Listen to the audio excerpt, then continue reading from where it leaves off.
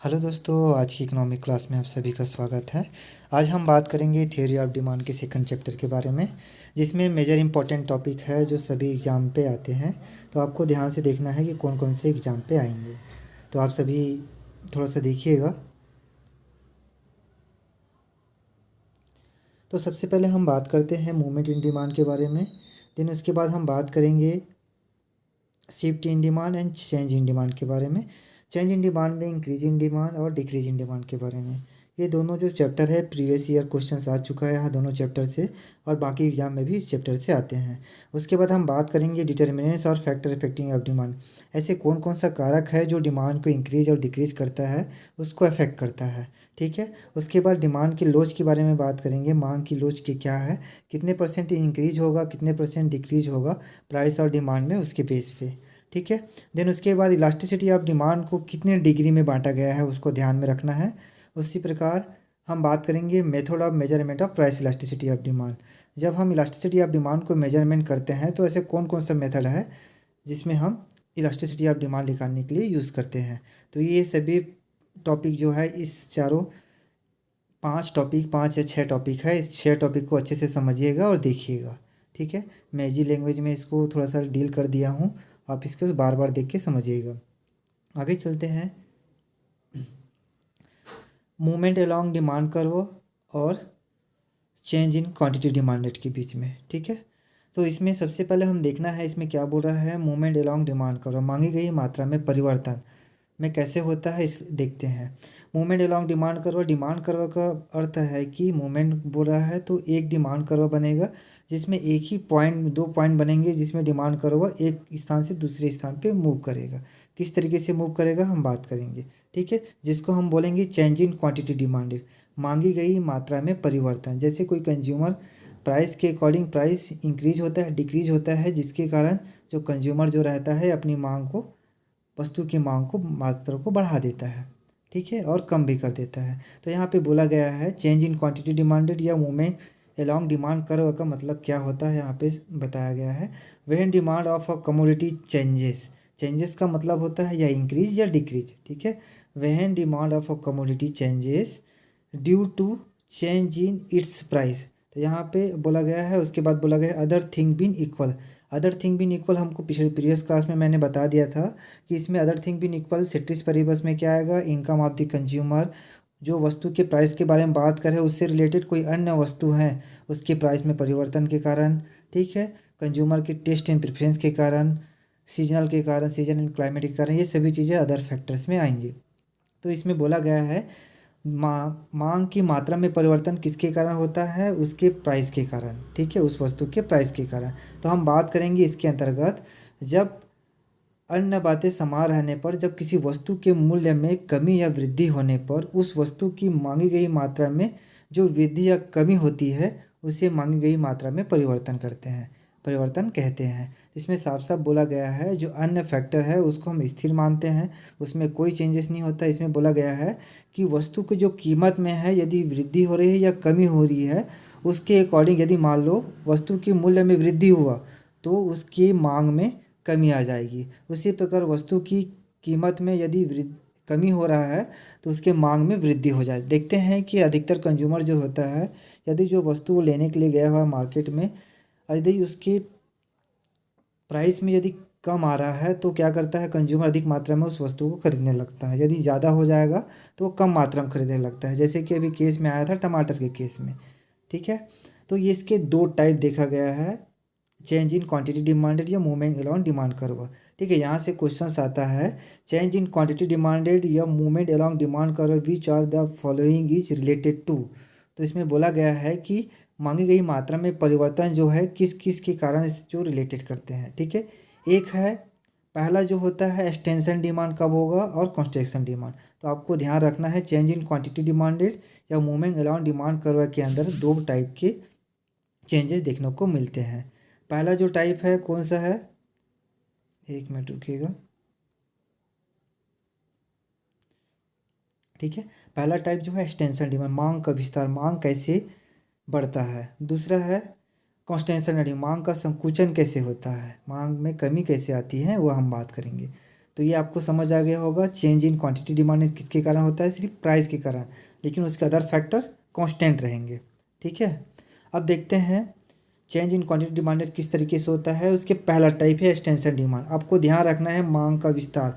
अब मांग का विस्तार कब होगा, मांग कब बढ़ेगा, जब प्राइस क्या होगा, प्राइस जो है वो क्या होंगे, डिक्रीज होंगे, तभी मांग विस्तार बढ़ेगा। तो हमको क्या करना है इसकी डिफिनेशन में, when demand increases due to fall in price of the commodity. यहाँ पे क्या बोल रहा है, डिमांड इंक्रीजेस होता है किसके कारण, ड्यू टू किसके कारण होता है, फॉल इन प्राइस, मतलब प्राइस में कमी होने के कारण कम। ठीक है, इसमें से डायरेक्ट बोला गया है, यहाँ पे दिया गया है अन्य remaining other thing being same. यहाँ पे बोला क्या गया है, अन्य कारक स्थिर रहने पर जब किसी वस्तु की कीमत में कमी होने के कारण उस वस्तु की मात्रा अधिक खरीदी जाती है तो उसको क्या बोलते हैं, इंक्रीज इन डिमांड इंक्रीजेस। ठीक है, तो उसको क्या बोलते हैं, मांग का विस्तार बोलते हैं। तो सिंपल वर्ड में ये बोल सकते हैं कि अन्य बातें समान रहने पर जब किसी वस्तु की कीमत में कमी होती है तो उसके मांग में वृद्धि हो जाती है, जो कंज्यूमर जो होता है अधिक मात्रा में खरीदने लग जाते हैं। तो इसको बोलते हैं हम एक्सटेंशन डिमांड, मांग का फैलाव या मांग का विस्तार बोला जाता है। तो आपको मेजर पॉइंट ध्यान रखना है इसकी डिफिनेशन से। ठीक है, एक्सटेंशन डिमांड किसको बोलते हैं, तो एक्सटेंशन डिमांड जो होता है चेंज इन क्वांटिटी डिमांडेड या मूवमेंट अलॉन्ग डिमांड के अंतर्गत आता है, जिसमें बोला जाता है कि प्राइस के कमी होने से उस वस्तु की मात्रा अधिक खरीदी जाती है। ठीक है, तो उसको बोलते हैं हम लोग एक्सटेंशन डिमांड। ठीक है, तो इसमें आपको ध्यान रखना है, देखो यहाँ पे बोला गया है प्राइस में कमी, जैसे पहले 10 रुपया था, 10 रुपया था तो जो कंज्यूमर था वो क्या खरीदा, 2 kg वो टमाटर खरीद रहा था। ठीक है, एग्जाम्पल के रूप में। उसके बाद जैसे टमाटर का रेट कितना हो गया, 5 रुपया हो गया, तो वो क्या कर रहा है, वहाँ पे क्वांटिटी की मात्रा को बढ़ा दे रहा है।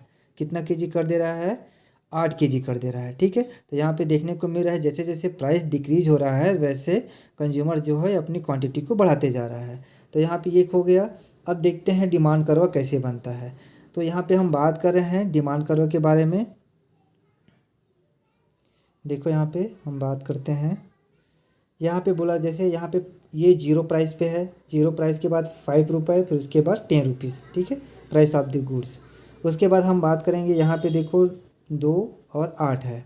ठीक है, तो सबसे पहले हम बात करते हैं जो पहला प्राइस जो है उसका मेन लाइन खींच लेंगे।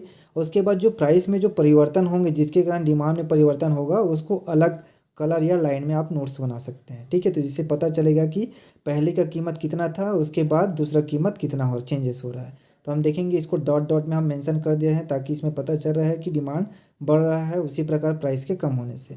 यहाँ पे 10 रुपये प्राइस से 5 रुपये प्राइस हो गया तो उसका क्वांटिटी ऑफ डिमांडेड कितना हो रहा है, 8 हो रहा है। तो जब कंज्यूमर था 10 रुपये प्राइस था टमाटर का केजी, तो कितने केजी खरीद रहा था, 2 kg। ठीक है, उसी प्रकार 10 रुपये से घटकर 5 रुपये हो गया तो क्या कर रहा है, जो कंज्यूमर जो है वो 8 kg खरीद रहा है। तो यहाँ पे जो पॉइंट मिल रहा है, जो जो पॉइंट मिलेगा उसको हम इसकी मिला देते हैं तो एक कर्व बन जाता है।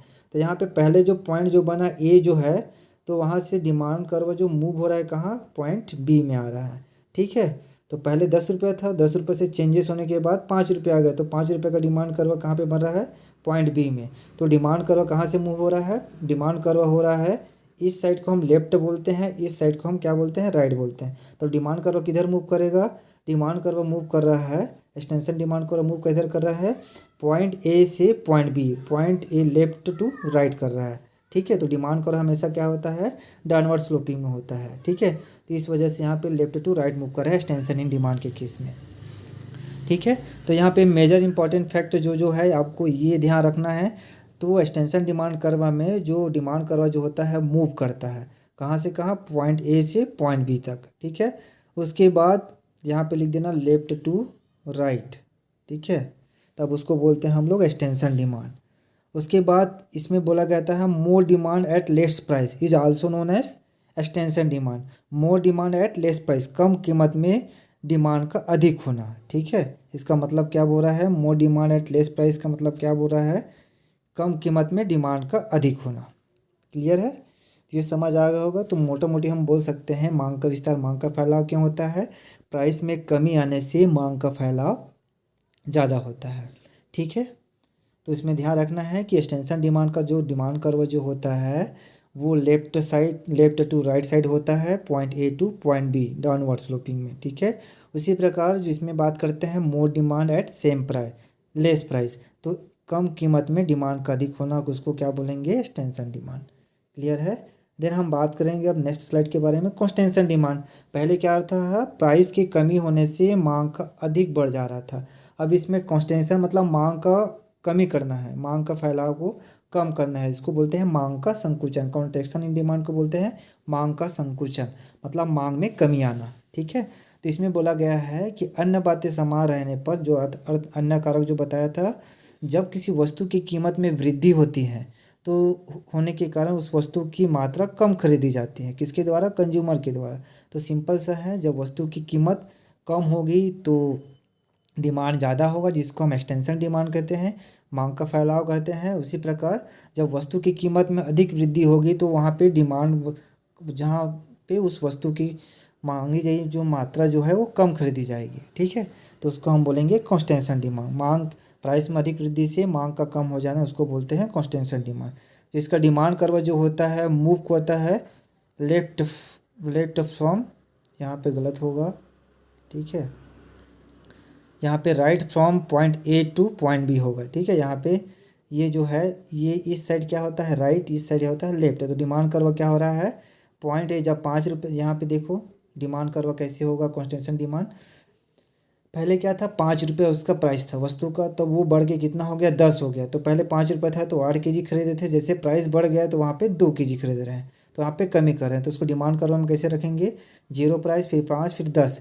तो सबसे पहला प्राइस में हम कमोडिटी का कितना था, क्वांटिटी डिमांडेड 8 था, तो उसको हम मेन पॉइंट मान लिए। उसके बाद जो चेंजेस हो रहा है यहाँ पे, जब प्राइस बढ़ के कितना हो जा रहा है, 10 रुपये हो जा रहा है, तो वहाँ पे जो डिमांड कर्व बन रहा है उसमें 2 kg हम उसको खरीद रहे हैं, ठीक है। तो यहाँ पे डिमांड कर्व कैसा होगा, तो जो पहला पॉइंट जो बनेगा उसको ए पॉइंट मानेंगे, जो दूसरा जो नया पॉइंट बनेगा उसको बी पॉइंट मानेंगे। तो ये राइट से लेफ्ट की तरफ वो क्या कर रहा है, मूव कर रहा है। तो डिमांड कर्व मूव करेगा right point A to left point B की तरफ, ठीक है। तो इसको और क्या बोल सकते हैं हम लोग, कॉन्ट्रैक्शन डिमांड को लेस डिमांड एट मोर प्राइस, मतलब अधिक कीमत में डिमांड का कम होना, ठीक है। क्लियर है, अधिक कीमत में डिमांड का कम होना, तो उसको बोलेंगे हम लोग, क्या बोल सकते हैं उसको, कॉन्स्टेंशन इन डिमांड। क्लियर है। तो सीधा फंडा यही याद रखना है, जो एक्सटेंशन और कॉन्स्टेंशन डिमांड जो होता है वो मूवमेंट अलोंग या चेंज इन क्वांटिटी डिमांड के अंतर्गत आते हैं। जिसमें एक्सटेंशन डिमांड किसको बोलते हैं, जब अन्य बातें समान रहने पर किसी वस्तु की कीमत में कमी आती है जिसके कारण उसकी डिमांड अधिक बढ़ जाता है, तो उसको हम लोग क्या बोलते हैं, एक्सटेंशन डिमांड कहते हैं, ठीक है। कॉन्स्टेंशन डिमांड किसको बोलेंगे, जब वस्तु की कीमत में वृद्धि हो जाएगी और मांग कम हो जाएगा, उसको कॉन्ट्रैक्शन डिमांड कहते हैं, ठीक है। ये दोनों स्लाइड समझ आ गया। अब बात करेंगे शिफ्ट की। तो हमको ध्यान रखना है, मूवमेंट इन डिमांड में डिमांड कर्व एक ही कर डिमांड कर्व में वो ए पॉइंट से बी और बी पॉइंट से ए पॉइंट में क्या करेगा, मूव करेगा। तो मूव वाला जो वर्ड जो है वो किस में आएगा, आपका एक्सटेंशन और कॉन्स्टेंशन डिमांड में। अब शिफ्ट इन डिमांड में क्या होगा, उसके शिफ्ट वाली एक जगह से दूसरी जगह शिफ्ट होगा, तो कर्व में कैसे पता चल जाएगा, ठीक है। तो अब बात करते हैं शिफ्ट इन डिमांड, जिसको बोलते हैं चेंज इन डिमांड। तो वहाँ पे इस पोर्शन से कोई क्वेश्चंस आता है, मूवमेंट अलोंग डिमांड कर्व को किस नाम से जाना जाता है, चेंज इन क्वांटिटी डिमांडेड, ठीक है। और चेंज इन क्वांटिटी डिमांडेड को किस नाम से जाना जाता है, मूवमेंट इन डिमांड, ठीक है। उसी प्रकार शिफ्ट इन डिमांड को किस नाम से जाना जाता है, चेंज इन डिमांड। और चेंज इन डिमांड को किस नाम से जाना जाता है, शिफ्ट इन डिमांड। इसको थोड़ा सा ध्यान रखिएगा, ठीक है। मांग में परिवर्तन, अब देखते हैं, बात करते हैं इसका मतलब क्या होता है shift in demand. When demand of a commodity changes due to change in other factor affecting income of the consumer, price of the substitute goods, taste and preferences, demand then price of the commodity, ठीक है, is called change in demand, ठीक है। तो इसमें ध्यान रखना है क्या चीज़ें, मेजर चीज़ ध्यान रखना है। देखो मूवमेंट इन डिमांड में मेजर फर्क क्या बोल रहा है, यहाँ पे अदर फैक्टर क्या हो रहा है, अदर फैक्टर जो क्या है कांस्टेंट करके बोल रहे हैं, ठीक है। किस में चेंज हो रहा है, प्राइस में चेंज हो रहा है। जबकि शिफ्ट इन डिमांड में क्या बोलता है, अदर फैक्टर में क्या होंगे, चेंजेस होंगे, ठीक है। शिफ्ट इन डिमांड क्या बोलता है, अदर फैक्टर क्या बोल रहा है यहाँ पे, changes due to change in other factor. डिमांड में कमी कब आएगी? उसके जो फैक्टर जो अदर फैक्टर जो है उसमें चेंजेस होने से, जबकि प्राइस ऑफ द कमोडिटी जो रहेगा वो कांस्टेंट रहेंगे। क्लियर है? तो ये हो गया शिफ्ट इन डिमांड और मूवमेंट डिमांड को पहचानने का तरीका। वहाँ पे अदर फैक्टर को कांस्टेंट मान रहे थे, सिर्फ प्राइस में चेंजेस हो रहा था। यहाँ पे क्या कर रहे हैं, अदर फैक्टर को हम लोग वेरिएबल मान रहे हैं, अदर फैक्टर में चेंजेस कर रहे हैं और प्राइस जो रहेंगे उसको कांस्टेंट रखेंगे। ठीक है? तो यहाँ पे हिंदी में जो दिया हुआ है, जब किसी वस्तु के मूल्य में कोई परिवर्तन नहीं किए जाने पर, तो सीधा बोला गया है यहाँ पे, जब वस्तु के मूल्य में, जो वस्तु हम खरीद रहे हैं उसमें उसके मूल्य में कोई परिवर्तन नहीं हो रहा है, लेकिन किस में परिवर्तन हो गया है? उसके अन्य कारक जैसे उपभोक्ता की आय, रुचि, फैशन, स्थापना वस्तुएं आदि की कीमतों में परिवर्तन होने के कारण वस्तु के मांग में जो परिवर्तन होता है, जो वस्तु की मांग में जो परिवर्तन देखने को मिलता है उसको हम लोग क्या बोलते हैं? चेंज इन डिमांड या शिफ्ट इन डिमांड कहते हैं। तो यहाँ से क्वेश्चन आ चुका है, आपको ध्यान देना है। Change in demand, shift in demand में क्या पढ़ेंगे हम लोग? इंक्रीज और decrease in demand. Movement in demand में हम क्या पढ़े थे? कॉन्स्टेंशन डिमांड और एक्सटेंशन डिमांड पढ़े थे। तो शिफ्ट इन डिमांड के केस में हमको क्या पढ़ना है? इंक्रीज इन डिमांड और डिक्रीज इन डिमांड पढ़ना है। तो हमको ध्यान रखना है कि शिफ्ट इन डिमांड में क्या होगा? प्राइस को, उस वस्तु के प्राइस को कांस्टेंट रखेंगे, लेकिन उसके अदर फैक्टर जो रहेंगे, ठीक है, वो सभी चीज़ें वेरी होंगे। उसके चेंजेस होने के कारण क्वांटिटी ऑफ डिमांड जो है इंक्रीज होगा। अदर फैक्टर के इंक्रीज होने के, अदर फैक्टर में जितने भी अदर फैक्टर है उसमें चेंजेस आने के कारण इंक्रीज इन डिमांड होगा और डिक्रीज इन डिमांड होगा। किस तरीके से इंक्रीज इन डिमांड और डिक्रीज इन डिमांड होता है उसको हम समझते हैं। ठीक है, ये आपको ध्यान रखना है। तो सबसे हम बात करेंगे इंक्रीज इन डिमांड हम कैसे कर सकते हैं। हमको अदर फैक्टर में ऐसे परिवर्तन करना है जिसके कारण उस वस्तु की मांगी गई मात्रा में वृद्धि होनी चाहिए। ठीक है, तो यहाँ पे बोला गया है when demand of commodity increases due to change in other factors.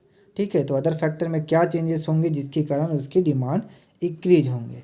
ठीक है, तो हम पिछले क्लास में पढ़े थे कि नॉर्मल गुड्स और इंफीरियर गुड्स, सब्स्टिट्यूट गुड्स और कम्प्लीमेंट्री गुड्स के बारे में। ठीक है, नॉर्मल गुड्स क्या होता है? इनकम के इंक्रीज होने से नॉर्मल गुड्स बढ़ाते हैं, इनकम के डिक्रीज होने से नॉर्मल गुड्स को डिक्रीज कर देते हैं। ठीक है, उसी प्रकार इंफीरियर गुड्स में, तो नॉर्मल गुड्स में पॉजिटिव रिलेशनशिप पाया जाता है, ठीक है, और इंफीरियर गुड में निगेटिव रिलेशनशिप पाया जाएगा। तो हम देखते हैं। अब इसके बाद बात करते हैं सबसे पहले इनकम के केस में। यदि इनकम को क्या करते हैं? इंक्रीज करते हैं, ऐसा क्या चीज़ करें जिसके कारण हमारा क्वांटिटी डिमांड जो है वो इंक्रीज हो। ठीक है, तो सबसे पहले क्या करेंगे? नॉर्मल गुड्स के केस में आपको यहाँ पे पूरे गुड्स का केस होगा। ठीक है, यदि कोई कंज्यूमर नॉर्मल गुड्स वो क्या कर रहा है, चाह रहा है, उसको खरीदना है, तो क्या करेगा? उसकी इनकम में वृद्धि होगा तभी वो नॉर्मल गुड्स को अधिक मात्रा में खरीद सकता है। यदि डिक्रीज होगा तो क्या करेगा? वो इंफीरियर गुड खरीदेगा। नॉर्मल गुड मतलब गुड क्वालिटी वाले, इंफीरियर गुड मतलब ख़राब क्वालिटी वाले। ठीक है, सब्स्टिट्यूट गुड मतलब यदि एक नहीं रहेगा तो हम उसका दूसरा यूज़ कर सकते हैं उससे रिलेटेड वाला। कम्प्लीमेंट्री गुड्स मतलब एक साथ यूज़ करने वाली वस्तुएं। तो हमको ध्यान रखना है, नॉर्मल गुड्स मतलब अच्छी वस्तुएं, इंफीरियर गुड्स मतलब ख़राब वस्तुएं। तो उसमें क्या करते हैं, कोई कंज्यूमर के पास इनकम बढ़ जाता है तो वो सस्ती वस्तु को क्या करता है, वो कम खरीदता है और नॉर्मल वस्तुओं को ज़्यादा खरीदने लग जाता है। ठीक है, तो नॉर्मल गुड जो है अच्छी वस्तुएं हैं और इंफीरियर गुड्स है वो ख़राब वस्तुएं हैं, लो क्वालिटी की। और सब्स्टिट्यूट गुड्स है मतलब उसको बोलते हैं जो एक की स्थान के दूसरी की पूर्ति करता है। ठीक है, कम्प्लीमेंट्री गुड्स उसको बोलते हैं जो एक साथ यूज़ करते हैं। तो आपको ये समझना है। तो सबसे पहले हम बात करेंगे डिमांड को इंक्रीज करने के लिए। नॉर्मल गुड्स की डिमांड कब इंक्रीज होगा? जब कंज्यूमर के इनकम बढ़ेंगे तब। तो क्वांटिटी डिमांडेड क्या होंगे? इंक्रीज होंगे। ठीक है, तो क्वांटिटी डिमांडेड हमको इंक्रीज करना है। ये आपका क्वांटिटी डिमांडेड जो है इसको हमको इंक्रीज करना है सभी में। तो सबसे पहले हम कंज्यूमर की इनकम बढ़ेगा तो नॉर्मल गुड ज़्यादा मात्रा में खरीदेंगे। इनकम के कम होने से वो क्या है, सस्ती वस्तु को ज़्यादा खरीदेंगे, तो वहाँ पे क्वांटिटी डिमांडेड बढ़ जाएगा। इंक्रीज इन प्राइस, यदि किसी वस्तु के प्राइस इंक्रीज होता है तो हम कौन से वस्तु को खरीदते हैं, किसके कारण जो है उस वस्तु को ज़्यादा मात्रा में खरीदते हैं। जैसे हम बात करें इंक्रीज इन प्राइस, कौन से वस्तु के प्राइस में इंक्रीज करेंगे? जो पहले ए वस्तु के प्राइस में यदि इंक्रीज कर रहे हैं तो दूसरे वस्तु के क्वांटिटी ऑफ डिमांडेड में इंक्रीजिंग होता है। तो हम किस में पढ़े हैं ये चीज़? सब्स्टिट्यूट गुड्स के केस में हम पढ़े हैं। जब एक वस्तु के कीमत में वृद्धि होती है तो दूसरे वस्तु के क्वांटिटी ऑफ डिमांडेड में वृद्धि होती है। तो यहाँ पे वस्तु और प्राइस के बीच में डायरेक्ट रिलेशनशिप बन रहा है। तो यहाँ पे ये हो गया किसके अंतर्गत, वहाँ पे डिमांड इंक्रीज हो रहा है। उसी प्रकार डिक्रीज इन डिमांड के केस में अब कैसा होगा, कंप्लीमेंट्री डिमांड। ठीक है, यदि हम किसी कंप्लीमेंट्री डिमांड गुड्स के केस में यदि कंप्लीमेंट्री गुड्स के प्राइस में यदि डिक्रीज करेंगे तो वहाँ पे वो उसके जो दूसरे जो गुड्स हैं उसको क्या करेगा, उसके क्वांटिटी ऑफ डिमांडेड में इंक्रीज होने चले जाएंगे। ठीक है, जैसे कार और पेट्रोल। ठीक है, यदि कार की कीमत सस्ती कर दिया जाए तो वहाँ पे पेट्रोल की मांग बढ़ जाएगा। ठीक है, कंज्यूमर जो है अधिक से अधिक पेट्रोल डलाने की कोशिश करेगा। ठीक है, उसी प्रकार है favourable seat in taste and preference. यदि कोई कंज्यूमर को कोई वस्तु अधिक मात्रा में पसंद आ रहा है तो क्या करेगा, अधिक एक क्वांटिटी की जगह वो 2-3 और क्वांटिटी खरीदने की कोशिश करेगा। ठीक है, उसी प्रकार है इंक्रीज इन पॉपुलेशन। यदि मार्केट में पॉपुलेशन इंक्रीज होगा तो वहाँ पे कंज्यूमर ज़्यादा होंगे, उस कंज्यूमर ज़्यादा होगा तो ज़्यादा डिमांड होंगे, तो वहाँ पे क्वांटिटी डिमांडेड इंक्रीज होंगी। उसी प्रकार expectation price rise in future. यदि कंज्यूमर को वहाँ पता चल रहा है कि जो वस्तु वो खरीदने गया है उसका प्राइस कल के डेट में अधिक हो जाएगा, तो क्या करता है कंज्यूमर आज खरीद लेगा क्योंकि कल उसका प्राइस ज़्यादा होने वाला है, तो इसलिए आज वो अधिक मात्रा में वो वस्तु को खरीदेगा। तो ये मेजर पॉइंट है, आपको ध्यान रखना है इसको समझने के लिए। तो नॉर्मल गुड्स का एक अलग से क्लास होगा गुड्स के बारे में, जिस सभी गुड्स के बारे में मेंशन कर दिया रहूँगा तो आपको इजी समझ आ जाएगा। तो नॉर्मल वस्तुएं जो होता है उसको कौन से गुड्स बोलते हैं, अच्छी वस्तुएं। ठीक है, इंफीरियर गुड उसको क्या बोलते हैं, लो क्वालिटी वाली वस्तुएं। सब्स्टिट्यूट गुड्स मतलब एक नहीं रहेगा तो दूसरा उसकी पूर्ति कर सकता है। कम्प्लीमेंट्री गुड्स क्या होता है, जो एक साथ यूज़ करने वाले। ठीक है, सब्स्टिट्यूट गुड्स में प्राइस और क्वांटिटी की डिमांड के बीच में क्या पॉजिटिव रिलेशनशिप बनता है, इसके बीच में निगेटिव रिलेशनशिप बनता है। ठीक है, इसमें पॉजिटिव रिलेशनशिप बनता है, इसमें निगेटिव रिलेशनशिप बनता है।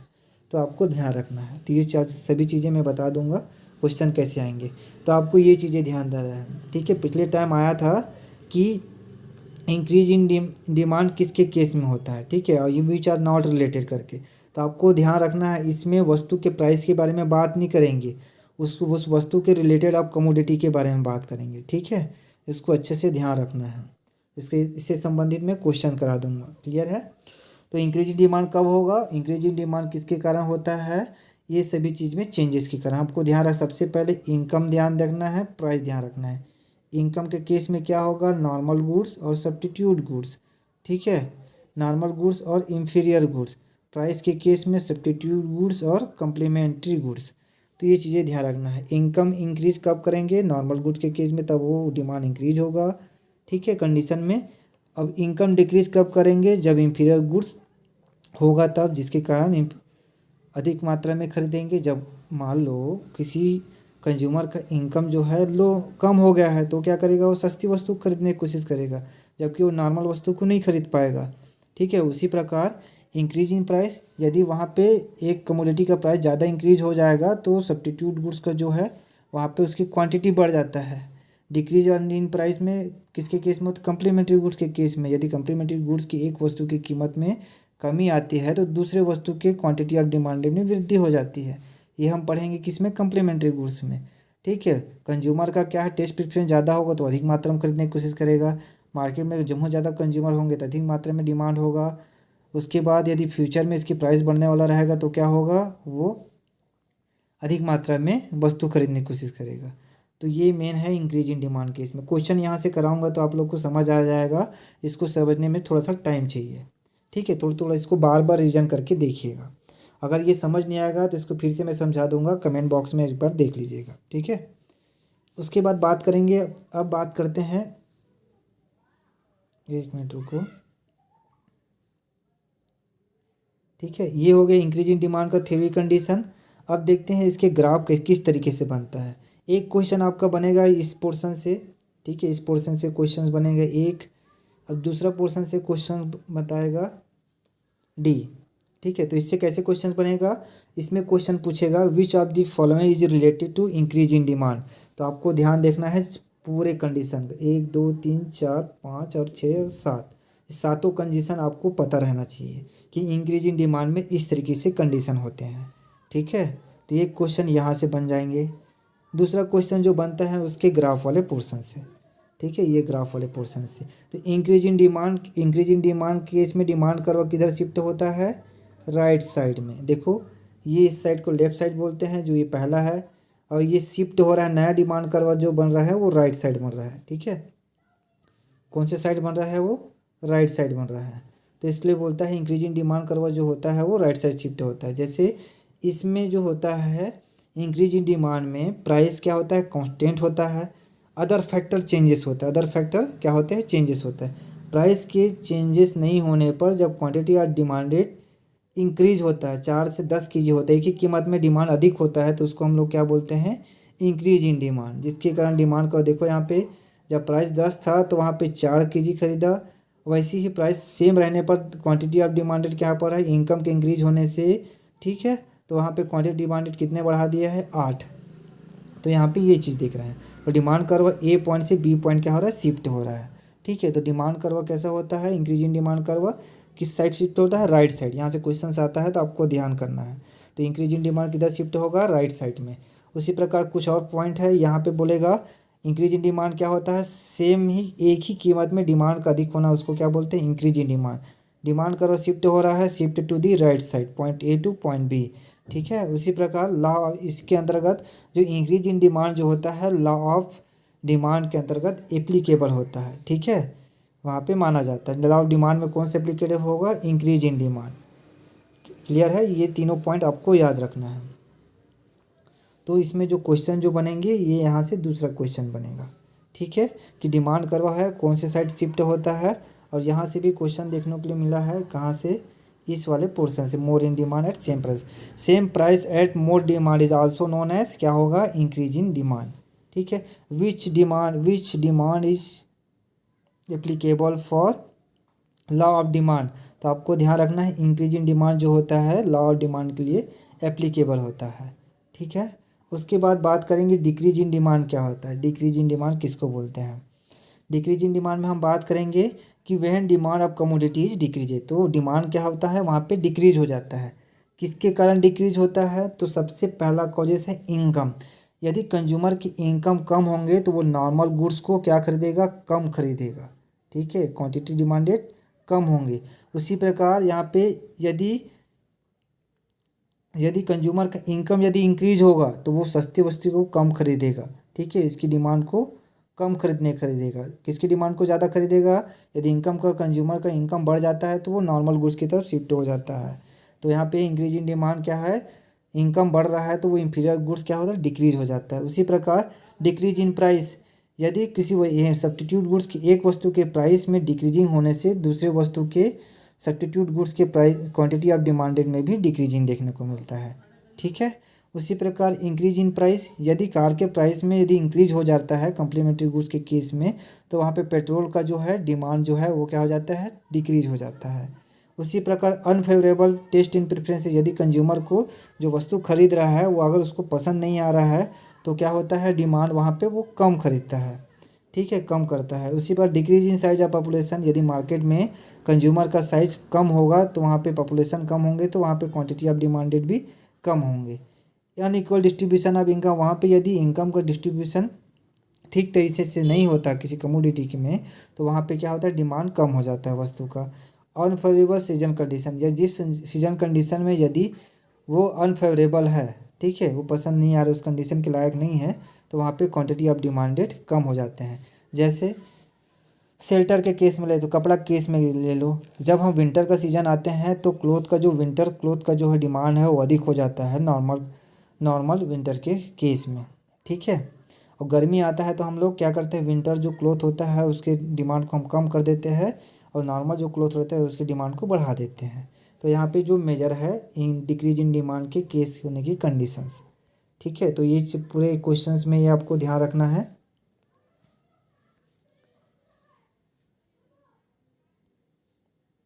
ठीक है, तो ये आपके कंडीशंस हैं। तो ये कंडीशन से क्वेश्चन आपको ध्यान रखना है। एक क्वेश्चन यहाँ से बनेगा डिक्रीज इन डिमांड के केस में।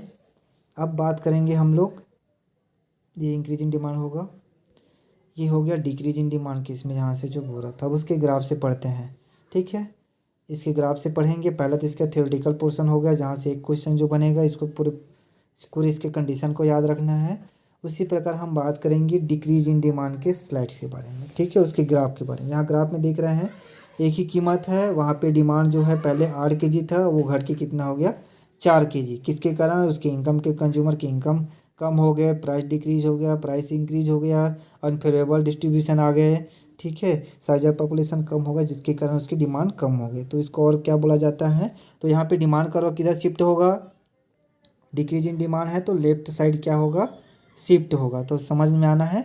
इंक्रीज इन डिमांड जिसके कारण डिमांड करो राइट साइड शिफ्ट होता है। डिक्रीज इन डिमांड मांग में कमी जिसके कारण डिमांड करो है लेफ्ट साइड शिफ्ट होता है, ठीक है। Less demand at same price, एक ही कीमत में डिमांड का कम होना किसको क्या बोलते हैं? Decrease in demand. डिमांड करवा जो होता है किधर शिफ्ट होता है? लेफ्ट साइड शिफ्ट होता है, ध्यान रखना है। उसके बाद ये जो है विच of the following is not applicable for law of demand, तो कौन सा होगा? डिक्रीज इन डिमांड जो है लॉ ऑफ डिमांड में एप्लीकेबल नहीं होता है। तो ये मेजर पॉइंट आपको याद रखना है इस स्लाइड में, क्लियर है। उसके बाद बात करेंगे डिटर्मिनेंट्स ऑफ डिमांड। यहाँ से फैक्टर के बारे में बात करते हैं कि यहाँ पे आपको ऑप्शंस में दे दिया जाएगा which of the following is not related to या related to factor affecting of demand. ऐसे कौन कौन से कारक है जो मांग के मात्रा को प्रभावित करते हैं? तो ये इसके कारक है। पहला प्राइस ऑफ द प्रोडक्ट, वस्तु की कीमत। दूसरा होता है इनकम ऑफ द कंज्यूमर। तीसरा होता है टेस्ट इन प्रेफरेंसेस। चौथा होता है जो रिलेटेड कमोडिटी के प्राइस जो है जैसे कम्प्लीमेंट्री और सब्स्टिट्यूट है उसकी कमी या वृद्धि होने के कारण, कंज्यूमर एक्सपेक्टेशन के कारण, ठीक है। उसके कंज्यूमर यदि एक्सपेक्ट करेंगे कि ज़्यादा मात्रा में आएंगे जिसके कारण जब बढ़ जाएगा, कम आएंगे तो कम होगा। चेंज इन पॉपुलेशन, पॉपुलेशन में चेंज होंगे तो वहाँ पे भी डिमांड में इफेक्ट देखने को मिलेगा। अगर 3-4 वस्तु है उसको खरीदना है, उसमें अगर इक्वल डिस्ट्रीब्यूशन नहीं हुआ तो वहाँ पे डिमांड कम हो जाते हैं। इक्वल डिस्ट्रीब्यूशन होता है डिमांड बढ़ जाता है। Government policy, income tax increase decrease होता है। सेविंग और rate of interest increase decrease होता है, ठीक है। तो ये सभी चीज़ें क्या है? इसके फैक्टर हैं किसके?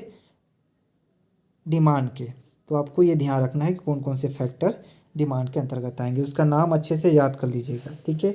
5-6 जो है वो मेजर फैक्टर से आपको ध्यान रखना है। एक्स्ट्रा में आपको 3 distribution of income, government policy और सेविंग रेट आपको याद रखना है, क्लियर है। अब आगे हम बात करेंगे, जहाँ जहाँ पे याद रखने के लिए बोल रहा हूँ सिर्फ आपको याद रखना उस चीज़ को। अब नेक्स्ट पोर्शन जो आता है इलास्टिसिटी ऑफ डिमांड, मांग की लोच। अब देखते हैं कि अभी तक हम देख रहे थे इंक्रीज डिक्रीज हो रहा है, लेकिन इसमें देखेंगे कि कितने % या कितने मात्रा में इंक्रीज डिक्रीज होगा, ठीक है। इलास्टिसिटी ऑफ डिमांड जो होता है वो उसकी डिमांड की लोच को बताता है। तो सबसे पहले मेजर पॉइंट आपको ध्यान रखना है, इलास्टिसिटी का कॉन्सेप्ट सबसे पहले किसने दिया था? अल्फ्रेड मार्सन ने। ये क्वेश्चन से आ चुका है, इसको देखना है। तो इलास्टिसिटी ऑफ डिमांड में सब पे से ध्यान रखना है, वो डिग्री बताता है, ठीक है। इलास्टिसिटी ऑफ डिमांड डिग्री बताएगा किसके किसके बीच में? प्राइस और क्वांटिटी डिमांड के बीच में डिग्री को बताता है। कौन? इलास्टिसिटी ऑफ डिमांड किसको बताता है? डिग्री को, ठीक है, ध्यान रखना है। It refers to degree of responsiveness या प्रोपोर्शनल चेंज इन या percentage change in quantity demanded of goods to change in any of the factor affecting of the price. अब इसमें इलास्टिसिटी ऑफ डिमांड में क्या होगा? डिमांड को प्रभावित करने वाले ऐसे कोई भी जो भी फैक्टर जो प्राइस रिलेटेड ऑफ गुड्स के प्राइस जितने भी फैक्टर है, यदि उसमें परसेंटेज में चेंजेस हो रहा है तो उसी के हिसाब से उसकी क्वांटिटी ऑफ डिमांडेड में भी परसेंटेज में चेंजेस देखने को मिलेगा, ठीक है। तो इलास्टिसिटी ऑफ डिमांड क्या बताता है? डिग्री को बताता है किसके किसके बीच? प्राइस और क्वांटिटी डिमांडेड के बीच में, ठीक है। उसके बाद थर्ड पॉइंट है, इसमें और फिर डिफाइन करते हुए गया है elasticity of demand refers to percentage change. Percentage change को और बोलते हैं प्रोपोर्शनेट चेंज भी बोल सकते हैं, ठीक है। Percentage change in demand of commodity due to percentage change in price जिसमें change in any factor of the commodity.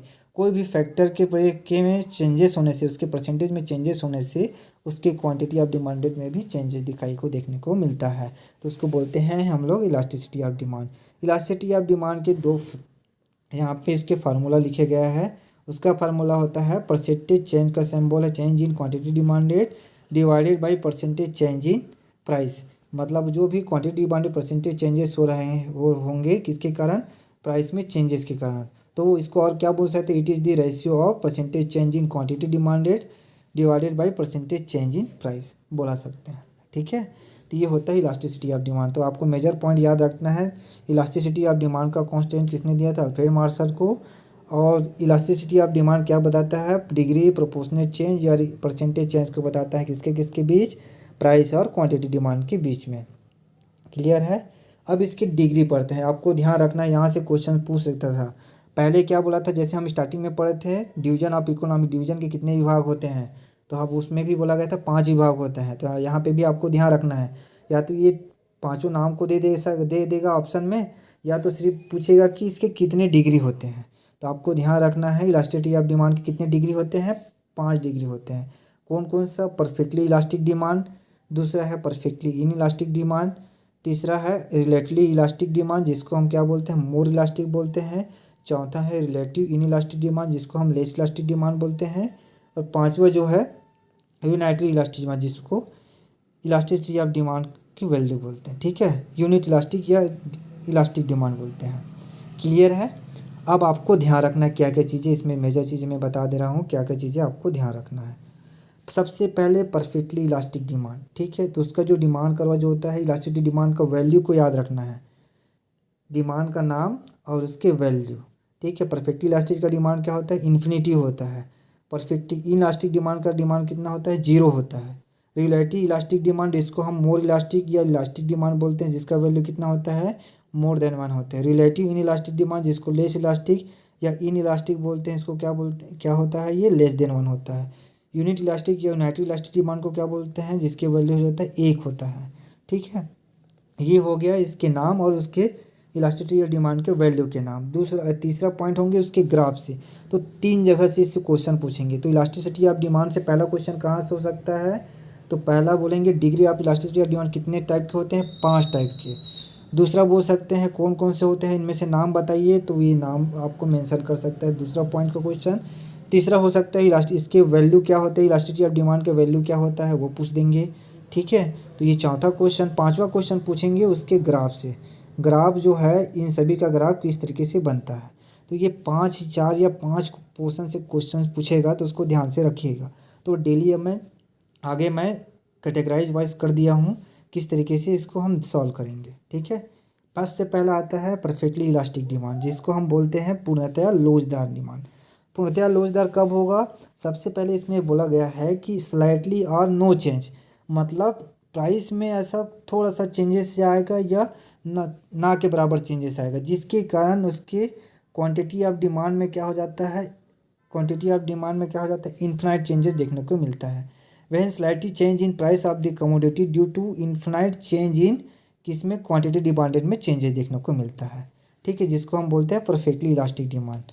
ठीक है, तो आपको ध्यान रखना है, प्राइस में हल्का सा या ना के बराबर चेंजेस होने से यदि उसकी डिमांड में इन्फिनाइट या अनंत चेंजेस दिखाई को मिल रहा है तो उसको क्या बोलेंगे, परफेक्टली इलास्टिक डिमांड। यहाँ पे बोला गया है, देखो इसका तात्पर्य है जब वस्तु की कीमत में थोड़ा या कोई परिवर्तन नहीं होता है जिसके कारण उसकी मांग में अनंत चेंजेस, इन्फिनाइट चेंजेस देखने को मिलता है, तो उसको बोलते हैं पूर्णतः लोचदार मांग। मतलब प्राइस में थोड़ा भी चेंजेस या ना के बराबर चेंजेस होता है जिसके कारण उसका क्वांटिटी मांगे की मात्रा में बहुत मात्रा में चेंजेस हो जाते हैं, मतलब बहुत सारे लोग उसको डिमांड करने की कोशिश करेंगे। ठीक है, ये हो गया उसकी डिफिनेशन से क्वेश्चन। दूसरा क्वेश्चन बनेगा उसको elasticity, perfectly elasticity of demand को मैथमेटिकली रूप से किस तरीके से हम उसको शो करते हैं, एक्सप्रेस करते हैं। तो इलास्टिसिटी ऑफ डिमांड जो होता है, परफेक्टली इलास्टिसिटी ऑफ डिमांड का वैल्यू क्या होता है, इन्फिनाइट होता है। ठीक है, इसको आपको ध्यान रखना है, इन्फिनाइट का सिंबल है। उसके बाद इसका अब कर्व, ग्राफ से हमको देखना है कि इसका कर्व कैसे होता है। ठीक है, तो परफेक्टली इलास्टिक डिमांड का कर्व होता है हॉरिजॉन्टल स्ट्रेट लाइन। यहाँ पे देखो हॉरिजॉन्टल जो है स्ट्रेट लाइन है, किसके, एक्स एक्सिस के हॉरिजॉन्टल स्ट्रेट लाइन है। देखो ये एक्सिस है, इसके क्या है, हॉरिजॉन्टल है। ठीक है, हॉरिजॉन्टल वर्टिकल पता है ना आप लोग को, ये ऐसा खड़ा रहेगा तो उसको वर्टिकल बोलेंगे, ऐसा फ्लैट रहेगा उसको हम लोग हॉरिजॉन्टल बोलेंगे। ठीक है, तो परफेक्टली इलास्टिक का डिमांड कर्व कैसे होता है, हॉरिजॉन्टल होता है, हॉरिजॉन्टल स्ट्रेट लाइन होता है। उसी प्रकार इसके अंतर्गत ये किसकी एग्जांपल है, परफेक्ट कंपटीशन मार्केट। जो परफेक्ट कंपटीशन में मार्केट में कौन से टाइप का इलास्टिसिटी ऑफ डिमांड पाया जाता है, तो आपको ध्यान रखना है परफेक्टली इलास्टिक डिमांड किसमें, परफेक्ट कंपटीशन मार्केट में। ठीक है, क्लियर है। तो आपको यहाँ से तीन जगह से क्वेश्चन आएंगे। एक पहला क्वेश्चन ग्राफ से, दूसरा क्वेश्चन उसके वैल्यू से, तीसरा क्वेश्चन आपके डिफिनेशन से, चौथा क्वेश्चन आ सकते हैं उसके एग्जाम्पल से। ठीक है, ये 4 जगह से क्वेश्चंस बनते हैं। उसके बाद बात करेंगे परफेक्टली इन इलास्टिक मतलब मांग का कम होना, तो आपको ध्यान रखना परफेक्टली इन इलास्टिक बोल रहा है तो आपको क्या देखना है, इसमें क्या चेंजेस देखने को मिलता है वो ध्यान रखना है। इसमें बोला गया है it refers to when change in price, मतलब प्राइस में चेंजेस हो रहा है, इंक्रीज हो रहा है या डिक्रीज हो रहा है, ठीक है। Of commodity due to no change in quantity demanded, ठीक है, is called as perfectly elastic demand. इसमें बोला जा रहा है यदि जब बोला गया है जब किसी वस्तु की कीमत में कमी या वृद्धि होती है, चेंजेस होती है, जिसके कारण उसके डिमांड में कोई परिवर्तन नहीं होता है, ठीक है, जिसके कारण उसके डिमांड में क्या हो रहा है, कोई परिवर्तन नहीं होता है, तो उसको हम लोग क्या बोलेंगे, परफेक्टली इलास्टिक डिमांड, मतलब वहाँ पे शून्य परिवर्तन हो रहा है। तो यहाँ पे सीधा बोला गया है, इसकी डिफिनेशन में देखो, इसका तात्पर्य है जब किसी वस्तु की कीमत में प्रतिशत परिवर्तन से मांग की गई मात्रा में प्रतिशत परिवर्तन अधिक होता है तो इसे सापेक्षिक लोचदार कहते हैं, ठीक है, या पूर्णतया लोचदार कहते हैं। यहाँ पे थोड़ा ध्यान रखना, किसी वस्तु की कीमत में परिवर्तन से मांग की गई मात्रा में परिवर्तन अधिक होता है, तो यहाँ पे सापेक्षिक नहीं आएगा, क्या आएगा, ठीक है, क्या आएगा इसमें, तो इसे सापेक्षिक, इसको क्या बोलेंगे, परफेक्टली इलास्टिक डिमांड बोलेंगे, ठीक है, पूर्णतया लोचदार मांग कहेंगे, ये कहेंगे, ठीक है, ध्यान रखना, सापेक्षिक नहीं रहेगा, वहाँ पे सुधार लेना, पूर्णतया बेलोचदार मांग रहेगा, ठीक है। इसमें क्या बोलते हैं, परफेक्टली इलास्टिक में क्या बोल रहा था, प्राइस में हल्का चेंजेस होने थे, उसकी डिमांड में अधिक अनंत मात्रा में चेंजेस होता था। लेकिन परफेक्टली इन इलास्टिक डिमांड में क्या बोल रहा है, प्राइस में चेंजेस हो रहा है लेकिन उसके क्वांटिटी ऑफ डिमांडेड में कोई चेंजेस नहीं हो रहा है, बोल रहा है, तो इसको हम लोग बोलेंगे परफेक्टली इन इलास्टिक डिमांड, जिसके कारण डिमांड में कोई चेंजेस नहीं होगा तो उसका वैल्यू क्या हो जाएगा, जीरो, ठीक है। और इसका डिमांड कर्व कैसे होगा, एक्स एक्सिस के वर्टिकल होंगे। देखो यहाँ पे प्राइस एक, यहाँ पे प्राइस एक हो रहा है, दो हो रहा है, तीन हो रहा है, तीन चेंजेस हो रहा है, लेकिन उसके डिमांड में कोई चेंजेस, डिमांड में चेंजेस होता है तो हॉरिजॉन्टल लाइन बनता, जबकि डिमांड में कोई चेंजेस नहीं हो रहा है तो वहाँ पे डिमांड 10 का 10 बना हुआ है, वहाँ पे उस पॉइंट में हम वर्टिकल ये मान ले रहे हैं, ठीक है। तो डिमांड कर्व कैसा होता है, परफेक्ट इन इलास्टिक का वर्टिकल लाइन, जैसे कि save, salt, life saving drugs, जो आपके नीडी जो है जिसमें हम सर्वाइव करते हैं, वो जो ड्रग्स जो हम कंटिन्यू लेते रहते हैं, ठीक है, उसमें कोई चेंजेस नहीं करते हैं, जिसमें हर दिन हमको एक ही उसका प्राइस बदलता रहेगा, लेकिन हम जो दवाई जो है वही दवाई खाएंगे, ठीक है, एक ही दवाई लेंगे। जबकि जैसे साल्ट है, साल्ट का जो प्राइस में चेंजेस होता रहेगा लेकिन हम साल्ट कंटिन्यू हम यूज़ करते रहेंगे, ठीक है, लेकिन उसमें उसके मांग में कोई परिवर्तन नहीं होगा, ठीक है। तो ये सभी चीज़ें किसके अंतर्गत आएंगे, परफेक्टली इन इलास्टिक डिमांड के अंतर्गत, क्लियर है। तो आपको इसमें से मेजर चीज़ें क्या क्या याद रखना है, उसकी डिमांड का वैल्यू, डिफिनेशन और उसके ग्राफ, आपको अच्छे से ये सभी चीज़ें याद रखना है, बहुत क्वेश्चंस यहाँ से आते हैं, एमसीक्यू कराऊंगा उसमें और आपको समझ आ जाएगा, ठीक है। आगे हम बात करेंगे थर्ड में relative elastic demand, relatively elastic demand जिसको हम मोर इलास्टिक बोलते हैं, ठीक है, इसको और किस नाम से जाना जाता है, इलास्टिक डिमांड के नाम से भी जानते हैं। हिंदी में क्या बोलेंगे इसको, सापेक्षिक लोचदार मांग कहते हैं, ठीक है। तो इसमें क्या बोला गया है, refers to percentage change in quantity demanded is greater than percentage change in price of the commodity is called relative elastic demand. यहाँ पे बोला गया है कि जब वस्तु की कीमत में प्रतिशत चेंजेस हो रहा है, वृद्धि या कमी हो रहा है, तो उसकी मांगी गई मात्रा में भी प्रतिशत में वृद्धि अधिक होगा, ठीक है। तो आपको क्या बोल रहा है, जैसे प्राइस में जो रहा है, प्राइस में बोल रहा है यदि प्राइस में 50% क्या हो रहा है, इंक्रीज हो रहा है, तो उसके डिमांड में क्या होगा, 70% चेंजेस दिखने को मिलेंगे, ठीक है। प्राइस की अपेक्षा क्या है, मांग में ज़्यादा परिवर्तन देखने को मिल रहा है, तो इसमें यही बोल रहा है मांग में जो परिवर्तन हो रहा है, कम या कमी या वृद्धि हो रहा है, तो उसके कारण जो उसके डिमांड में है अधिक कमी या वृद्धि होने को दिख रहा है, तो वहाँ पे प्राइस से ज़्यादा क्या है, डिमांड में इफेक्ट दिखाई को देखने को मिल रहा है। जैसे यहाँ पे देखा गया है, जिसके कारण उसके वैल्यू क्या है, मोर देन वन कैसे आएगा, जब हम इसको कैलकुलेट करेंगे। यहाँ पे बोला है यदि प्राइस की इंक्रीज हो रहा है 50%, देन डिमांड से डिक्रीज है 75%। यहाँ पे बोला है यदि प्राइस 50% इंक्रीज हो रहा है तो उसका डिमांड क्या हो रहा है, 75% क्या हो रहा है, डिक्रीज हो रहा है, मतलब बहुत ज़्यादा मात्रा में उसको डिक्रीजिंग दिखाई दे रहा है। तो प्राइस के अपेक्षा प्राइस कम है और यहाँ पे डिमांड क्या है, ज़्यादा दिखाई दे रहा है, ठीक है, उसकी चेंजेस में।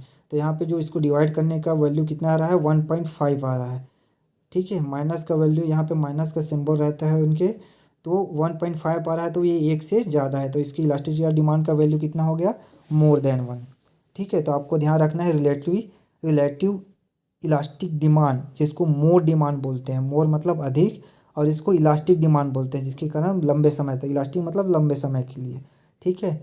तो ये हो गया आपके रिलेटिव इलास्टिक या मोर इलास्टिक डिमांड, इसका वैल्यू जो होता है मोर देन 1 होता है।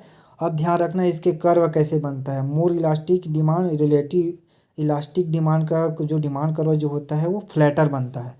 ये देखो, ये फ्लैटर साइज का है, ठीक है। जैसे कि ये किसके एग्जांपल में आएंगे, लग्जेरियस गुड्स के, जैसे एसी हो गया, कार हो गया, स्मार्ट टीवी हो गया, ये सभी चीज़ें किस में आएंगे, लग्जेरियस गुड्स में, ठीक है। तो लग्जेरियस गुड्स के लिए कौन सा होता है, मोर इलास्टिक या इलास्टिक डिमांड। लग्जेरियस गुड्स मतलब लंबे समय के लिए रहता है, ठीक है, लंबे समय टिकने के लिए हम लेते हैं, वो लग्जेरियस गुड्स कहलाता है, जिसको बोलते हैं हम लोग रिलेटिव इलास्टिक डिमांड कहा जाता है, ठीक है। तो इसमें मेजर पोर्शन ये याद रखना है, उसके डिफिनेशन, उसके ग्राफ और उसके एग्जाम्पल, ये 4 पोर्शन आपको याद रखना है। क्लियर है। अब बात करते हैं रिलेटिवली इन इलास्टिक डिमांड, मतलब इन इलास्टिक या लेस इलास्टिक डिमांड बोलते हैं इसको, ठीक है। तो इसमें क्या देखते हैं, जैसे when percentage change in quantity demand is less than percentage change in price of the commodity. यहाँ पे बोल रहा है परसेंटेज चेंज, जब वस्तु की कीमत में प्रतिशत परिवर्तन से, ठीक है, मांग की गई मात्रा में प्रतिशत परिवर्तन कम देखने को मिलता है, तो उसको सापेक्षिक बेलोजदार मांग कहते हैं। इसमें सीधा सीधा मोटा बात क्या बोल रहा है, वस्तु के मूल्य में क्या है, परिवर्तन हो रहा है, इंक्रीज और डिक्रीज हो रहा है, जिसके कारण डिमांड में कम चेंजेस देखने को मिल रहा है। तो यहाँ पे सीधे उसकी एग्जांपल से समझते हैं। यहाँ पे वो देख रहे हैं, यदि प्राइस में 50% क्या दिख रहा है, इंक्रीजिंग देखने को मिल रहा है, तो वहाँ पे 25% डिमांड में चेंजेस दिखाई दे रहा है, क्योंकि प्राइस में कितना चेंजेस हो रहा है, 50% चेंजेस हो रहा है, जबकि डिमांड में 25% चेंजेस हो रहा है, जिस वजह से उसको बोलते हैं हम लोग डिक्रीज डिमांड, ठीक है, जिसको बोलते हैं हम लोग इन इलास्टिक डिमांड बोलते हैं। और रिलेटिव इन इलास्टिक डिमांड या लेस डिमांड कहा जाता है। क्योंकि लेस डिमांड क्यों होगा, क्योंकि वहाँ पे प्राइस की मात्रा अधिक हो जा रही है, उसके प्रतिशत, और डिमांड की जो है प्रतिशत जो है कम हो जा रही है, ठीक है। तो इसलिए इसको बोलते हैं रिलेटिव इन इलास्टिक या लेस इलास्टिक डिमांड बोलते हैं, ठीक है। जैसे हम बात करेंगे नेसेसिटीज गुड्स में, बात करेंगे food, fuel, agriculture product, seasonal product, ये सभी चीज़ें जो होता है इसकी ड्यूरेशन बहुत कम होती हैं, ठीक है। तो एग्रीकल्चर प्रोडक्ट जो होता है, इसका जो प्रोडक्ट जो होता है एग्रीकल्चर प्रोडक्ट, ध्यान रखना एग्रीकल्चर प्रोडक्ट किसके अंतर्गत आता है, इन इलास्टिक, ठीक है, in elastic, more highly in elastic, ठीक है। और और क्या आ सकता है इसमें, और बात कर सकते हैं रिलेटिव इलास्टिक डिमांड में, और क्या बात सकते हैं, एग्रीकल्चर प्रोडक्ट आएगा तो relative elastic demand, less demand या इन इलास्टिक डिमांड, ये सभी चीज़ें किसके हैं, एग्रीकल्चर प्रोडक्ट की। और एक और बात और ध्यान रखना, हाईली इलास्टिक डिमांड कौन सा होगा, हाईली इलास्टिक डिमांड जो होता है वो गोल्ड और डायमंड के केस में होता है, ठीक है, वो बहुत ज़्यादा हाईली इलास्टिक डिमांड होता है, ठीक है। हाईली इलास्टिक डिमांड बोलेंगे तो वहाँ पे example they, highly which of the following is highly elastic demand बोलेंगे तो आपके ऑप्शन में रहेंगे गोल्ड, डायमंड, ठीक है, ये ध्यान रखना है। उसमें बोलेंगे लेस इलास्टिक डिमांड या इन इलास्टिक डिमांड या रिलेटिव इन इलास्टिक डिमांड बोलेंगे तो उसके एग्जांपल में रहेंगे food, petrol, food item, fuel, agriculture product, ये सभी चीज़ें लेस डिमांड या इन इलास्टिक डिमांड या रिलेटिव इन इलास्टिक डिमांड के अंतर्गत आएंगे। तो ये सभी चीज़ें आपको ध्यान रखना है, ठीक है। उम्मीद है कि आप लोग को समझ आ रहा होगा, बार बार रिविजन करके देखिएगा। उसी प्रकार बात करेंगे unit elastic demand. Unit elastic demand कब होगा, एक कब होगा, जितना प्राइस में चेंजेस होगा same as at is it, उतना ही प्राइसेस किस में चेंजेस देखने के लिए मिलेगा, डिमांड में। तो उसको बोलते हैं यूनिट डिमांड या यूनिटरी डिमांड, इकाई या अथवा एकात्मक लोचदार डिमांड बोलते हैं। यहाँ पे बोला गया है it refers to the percentage change in quantity demanded is same percentage change in quantity, same percentage change in price of the commodity. यहाँ पे बोला जा रहा है प्राइस, कमोडिटी के प्राइस में यदि सेम चेंजेस हो रहा है तो उसके क्वांटिटी ऑफ डिमांडेड में भी सेम चेंजेस दिखाई देने को मिल रहा है। तो यहाँ पे हिंदी में बोला गया है जब मांग की गई मात्रा में प्रतिशत परिवर्तन बिल्कुल वस्तु की कीमत में समान प्रतिशत परिवर्तन होता है तो उसे बोलते हैं इकाई या एकात्मिक मांग कहा जाता है। तो यूनिटरी या इलास्टिक डिमांड को क्या बोलते हैं, प्राइस में जितना इंक्रीज डिक्रीज होगा उतना ही सेम किसके होगा, डिमांड में भी इंक्रीज डिक्रीज होंगे। जैसे हम देखते हैं एग्जांपल के तौर पे, इफ़ प्राइस इंक्रीज 10% प्राइस में इंक्रीज हो रहा है तो उसकी डिमांड में भी डिक्रीज कितना हो रहा है, 10%। मतलब जितना परसेंट आपके प्राइस में चेंजेस देखने को मिल रहा है उतना ही सेम परसेंट आपके डिमांड में भी देखने के लिए मिल रहा है। इस कारण इसकी जो वैल्यू जो होता है, यहाँ पे देखो ये जो है यहाँ पे 1.5 है, 1.5 नहीं आएगा, यहाँ पे आएगा 1 आएगा। उसको थोड़ा सुधार लीजिएगा, ठीक है, वहाँ पे उसको थोड़ा सा सुधारना है, वहाँ पे 1 आएगा। तो इसलिए इस इलास्टिक डिमांड का वैल्यू कितना हो जाएगा, 1 हो जाएगा, ठीक है। यहाँ पे क्या आएगा, 1 आएगा, ओनली 1 आएगा, ठीक है। तो इसका इलास्टिक डिमांड का वैल्यू क्या होगा, 1 हो जाएगा। अब मेजर पॉइंट ध्यान रखना, ये हाइपरबोला, रेक्टेंगुलर हाइपरबोला किस में पाया जाता है, यूनिट या वो इलास्टिक डिमांड। यहाँ से बहुत बार क्वेश्चन पूछा गया है, इसको ध्यान देना है। कोई भी रिलेटेड क्वेश्चन में अगर पूछ रहा है वहाँ पे डिमांड का वैल्यू या प्रोडक्ट का वैल्यू, और वहाँ पे यदि किसी प्रोडक्ट का वैल्यू 1 है, यदि किसी डिमांड का वैल्यू, वस्तु के डिमांड का वैल्यू यदि 1 है, तो वहाँ पे ध्यान रखना है कि यदि 1 पूछा तो नीचे दिया रहेगा ऑप्शन में हाइपरबोला, लाइनियर, रेक्टेंगुलर हाइपरबोला या अलग अलग शेप में। तो आपको ध्यान रखना है रेक्टेंगुलर हाइपरबोला का वैल्यू कितना होता है, 1। यदि क्वेश्चन आपका 1 दिया हुआ है, क्वेश्चन में 1 दिया हुआ है, तो उसका जो ग्राफ जो बनता है रेक्टेंगुलर हाइपरबोला बनता है। तो यहाँ पे आपको अच्छे से ध्यान देना है, ठीक है। क्वेश्चंस में यूनिट इलास्टिक डिमांड के केस में यहाँ पे आ जाएगा कंफर्ट गुड्स। कंफर्ट गुड्स में देखेंगे fuel, agriculture product and seasonal product. यहाँ पे थोड़ा सा ध्यान रखना है, इसमें क्या क्या चीज़ें आ जाएंगी मैं बता दूंगा, ठीक है। कंफर्ट गुड के केस में, कंफर्ट गुड के केस में क्या क्या चीज़ें आ जाएंगे मैं बताता हूँ। जैसे यहाँ पे ये एग्जांपल है, एग्जांपल में वो हो गया है, तो ये एग्जांपल को कट कर देना। आपके एग्जांपल में आएंगे, ये एग्जांपल आपको इरेज कर देना है, ठीक है। तो कंफर्ट गुड्स क्या क्या आ जाएगा यहाँ पे, स्कूटर, ठीक है, स्कूटर आ जाएगा। स्कूटर करना है और लिखना है उसमें, शॉर्ट फॉर्म में बताते जा रहा हूँ, उसको नोट कर लीजिएगा, ठीक है। यहाँ पे मैं मिटा देता हूँ इसको। ये तो आपको क्लियर डिलीट करना है। पहले सबसे पहले स्कूटर आएगा, ठीक है। दूसरा आएगा फैन, पंखा। तीसरा आएगा रेफ्रिजरेटर, ठीक है, रेफ्रिजरेटर। तो ये 3 चीज़ें जो आएंगे कंफर्ट में आएंगे, ठीक है, ध्यान रखना। लेस इलास्टिक में कौन सा आएगा, एग्रीकल्चर प्रोडक्ट या फूड आइटम, ठीक है। और यहाँ पे यूनिट इलास्टिक में क्या आएगा, कंफर्ट गुड्स आएंगे। कंफर्ट गुड्स में हम जिसमें हमको नॉर्मल सा कंफर्ट महसूस होता है, लग्जरियस महसूस नहीं होता। जैसे पंखा, पंखा की जगह यदि हम एसी यूज़ करेंगे तो एसी जो होगा लग्जरियस गुड्स में आएगा। यहाँ पे सिर्फ पंखा यूज़ करें तो वो कंफर्ट महसूस करवाएगा। और इसी प्रकार स्कूटर, अगर हम लोग केटीएम चला रहे हैं या नया स्पोर्ट्स बाइक चला रहे हैं वो लग्जरियस में आ जाएगा, लेकिन स्कूटर जो है एक नॉर्मल है वो कंफर्ट गुड्स में आ जाएंगे। रेफ्रिजरेटर की क्या है होता है, कंफर्ट गुड्स के अंतर्गत आएंगे, ठीक है। तो ये सभी आप लोग को याद रखना है, जो जो पॉइंट बताया हूँ आपको ध्यान रखना है। इसकी जगह आपको एग्जांपल चेंज करना है, स्कूटर, ठीक है, स्कूटर है, फैंस है, रेफ्रिजरेटर है, ये आपको एग्जांपल में डालना है। इसका कर्व कैसा है, रेक्टेंगुलर हाइपरबोला होता है। यहाँ पे आपको चेंज करना है, यहाँ पे इसका वैल्यू क्या हो जाएंगे, 1 हो जाएंगे, ठीक है। और इसका इलास्टिक डिमांड का वैल्यू वैसा होता है। और यूनिट इलास्टिक का जो डिमांड कर्व होता है इस तरीके से बनता है। कैसे बनेगा, हाइपरबोला, ठीक है। तो ये 1 आपको ध्यान रखना है, 1 है तो उसका कर्व जो बनेगा हाइपरबोला, और हाइपरबोला है तो उसका वैल्यू कितना रहेगा, 1 रहेगा। तो मैं सभी करा दूंगा क्वेश्चन, उसमें आप लोग को इजली तरीके से समझ आ जाएगा। जो जो जहाँ पे हम करेक्शन करने के लिए बोला हूँ वहाँ पे आप लोग करेक्शन कर लीजिएगा, ठीक है। अब आगे बात करते हैं हम लोग इसके लास्ट पोर्शन के बारे में। अब इतने तक हो गया। अब जो मेथड करते हैं, जो हम लोग प्राइस इलास्टिसिटी जो निकाल रहे हैं सभी का, जैसे ये प्राइस इलास्टिसिटी ऑफ डिमांड का जो वैल्यू क्या क्या है, कहाँ से कहाँ तक जो है, 0 से इन्फिनिटी तक है इसके वैल्यू। तो आपको ध्यान, ये जो निकाल रहे हैं तो ये सभी कौन कौन से मेथड के द्वारा निकालते हैं वो यहाँ पे दिया गया है। तो ध्यान रखना, यहाँ पे डायरेक्ट क्वेश्चन पूछता है कि प्राइस इलास्टिसिटी या इलास्टिसिटी ऑफ डिमांड को मेजरमेंट करने के लिए कौन कौन सा मेथड का यूज़ किया जाता है। तो आपके ये 4 मेथड है, चारों मेथड का वहाँ पे नाम रहेगा, ठीक है। तो इसको अच्छे से देखिएगा, इसको से सिर्फ नाम को आपको अच्छे से याद रखना है, ठीक है, क्लियर है। यहाँ पे टोटल आउटले या टोटल एक्सपेंडिचर मेथड बोल दिया जाता है, तो इसको थोड़ा सा ध्यान रखना है। तो इसमें से आपको ध्यान रखना है, एक क्वेश्चन यहाँ से बता दिया हूँ, degree of elasticity of demand में क्या क्या याद रखना है। इसमें आपको याद रखना पूरा डायरेक्ट यहीं से हो जाएगा, ठीक है। यहाँ से मैं मेंशन कर दे रहा हूँ, ठीक। सबसे पहले क्या बोलेगा कि degree of elasticity of demand कितने होते हैं, 5 होते हैं।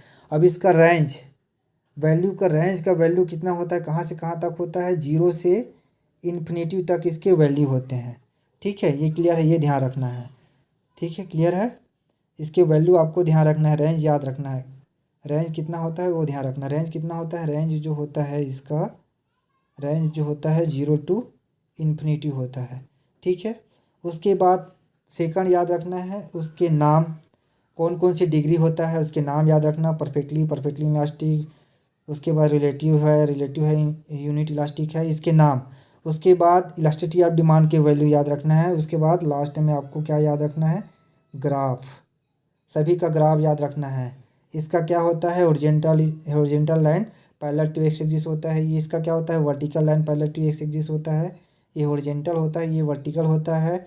इसका जो लाइन जो होता है, ये इसका डिमांड करवा जो होता है फ्लैटर होता है। इसका जो होता है क्या होता है, स्टीपर होता है। और इसका जो वन वाला जो होता है इसका रेक्टेंगुलर हाइपरबोला होता है, ठीक है। तो ये एक ही पॉइंट में सभी चीज़ें हो जाएगा, क्लियर है। मैं इसको नेक्स्ट क्लास में जो क्वेश्चन के साथ एक्सप्रेशन भी डाल दूंगा, तो एमसीक्यू वाला क्लास आप लोग देख लीजिएगा। इसके नेक्स्ट क्लास जो है एमसीक्यू का रहेगा, ठीक है। तो ये आपके पूरे degree of elasticity of demand है। तो degree of elasticity of demand से क्वेश्चन हो जाएंगे, आपको ध्यान रखना है। एक लॉ ऑफ डिमांड वाले पोर्शन से, shift in moment of demand वाला पोर्शन से, और डिमांड करो कि इंट्रोडक्शन वाले पोर्शन से। तो ये सभी चीज़ें यहाँ से क्वेश्चन श्योर है आएगा, और इससे ज़्यादा कहीं के जा भी नहीं पाएगा, ठीक है। तो ये पूरे क्वेश्चंस और पॉइंट है, आपको सभी चीज़ें मेंशन है, इजीली तरीके से आप सॉल्व कर लेंगे। मैं जितने भी एग्जाम में जो भी क्वेश्चन थ्योरी ऑफ डिमांड से आए हुए मैं सभी चीज़ें इसमें मेंशन कर दूंगा एमसीक्यू वाले क्लास में। तो उसको आप अच्छे से डील करके रखिएगा, ठीक है।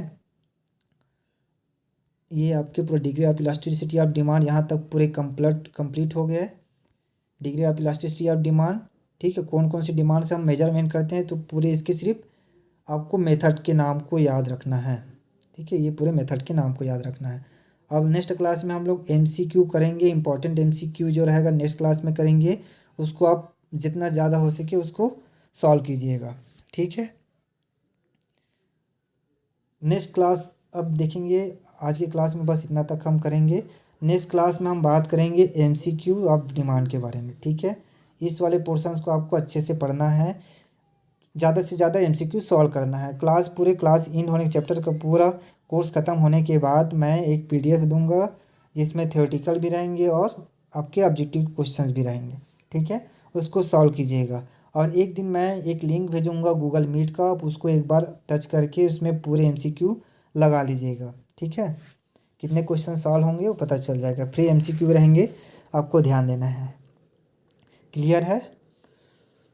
ओके, ठीक है। फिर आज की क्लास मैं यहीं पे समाप्त करता हूँ। पूरा जितने भी पॉइंट बताया हूँ उसको आप बार बार उसको देखिएगा और समझिएगा। अगर इसमें समझ में नहीं आएगा तो उस पोर्शन को मैं और समझा दूंगा, अब उसको देखिएगा। क्वेश्चन ऑलरेडी है इसमें, एमसीक्यू करेंगे तो ऑलरेडी आप में समझ आ जाएगा, ठीक है। तो आज का क्लास यहाँ तक, थैंक यू।